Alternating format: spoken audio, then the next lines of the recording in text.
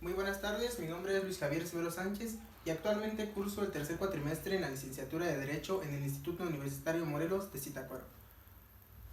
Nuestra muerte no es un fin si podemos vivir en nuestros hijos y en la generación más joven, porque ellos son nosotros, nuestros cuerpos son solo hojas marchitas en el árbol de la vida. Albert Einstein.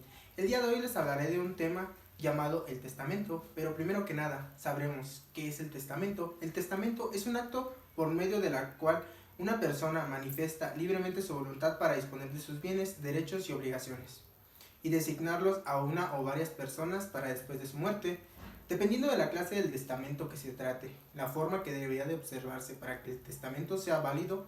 La persona que elaboró el testamento recibe el nombre de testador o autor de la herencia. El Código Civil establece que para que pueda una persona testar a todas aquellas personas a quienes la ley no le prohíbe expresar testar, como es el caso en las personas menores de 16 años y en algunas entidades federativas de la República Mexicana, a los menores de 14 años, y lo que es habitualmente no disfrutan de su cabal juicio.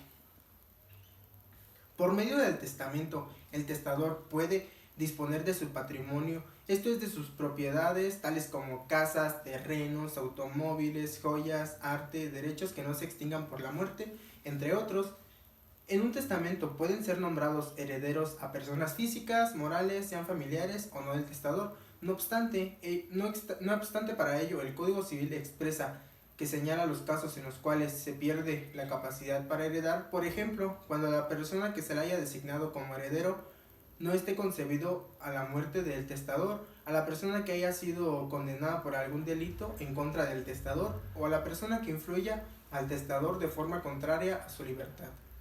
Ahora bien, en el caso particular de los extranjeros, estos podrán ser herederos como las leyes de sus países los permitan.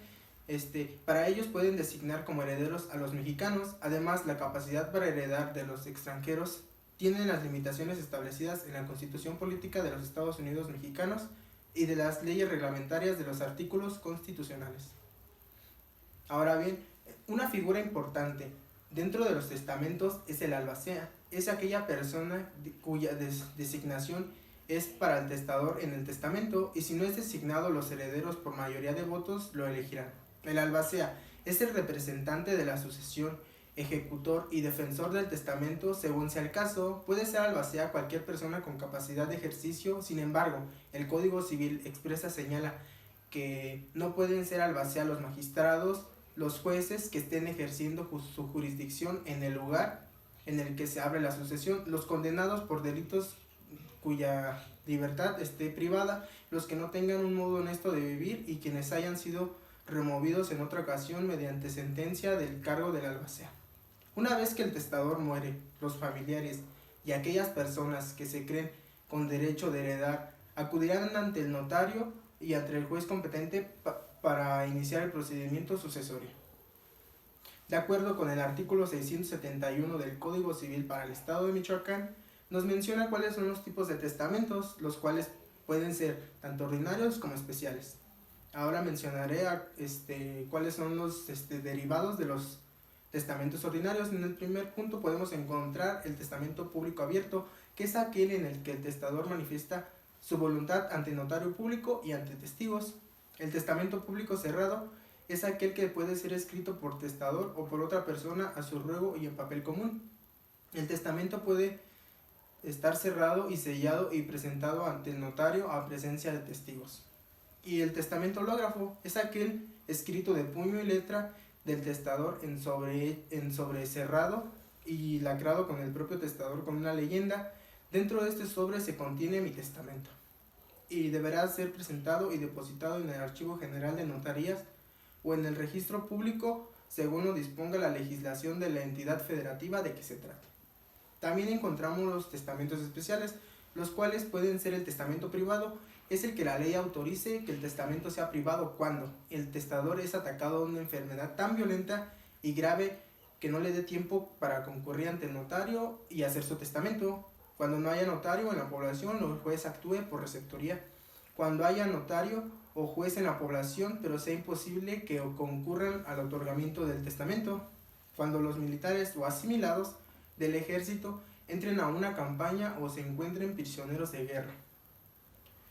Encontramos lo que es el testamento militar, el cual es el otorgado por escrito en pliego cerrado o de palabra ante dos testigos por un militar o asimilado del ejército al entrar en acción de guerra o estando herido sobre el campo de batalla. Esto quiere decir que el testamento militar es aquel cuando se hace entre dos testigos por un militar para que en caso de que haya una guerra o estando heridos sobre el campo de batalla puedan dar su testamento frente al otro testigo.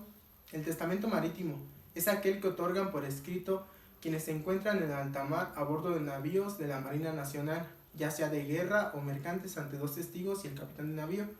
Este testamento marítimo nos menciona que pueden ser entre dos testigos, aparte del militar encargado del capitán del navío. Y también existe el testamento hecho en país extranjero, el cual es el otorgado cuando hayan sido formulados de acuerdo con las leyes del país en el que se haya otorgado. Los códigos civiles de las entidades federativas establecen que surtirán efectos en la entidad federativa cuando se trate. Una vez concluido, puedo decir que los testamentos son aquellos documentos cuya virtud es el darle seguimiento a sus bienes, derechos y obligaciones para aquellas personas cuya designación sea a cargo del albacea. Y por último puedo decir que no se muere quien se olvida, sino se muere quien se va.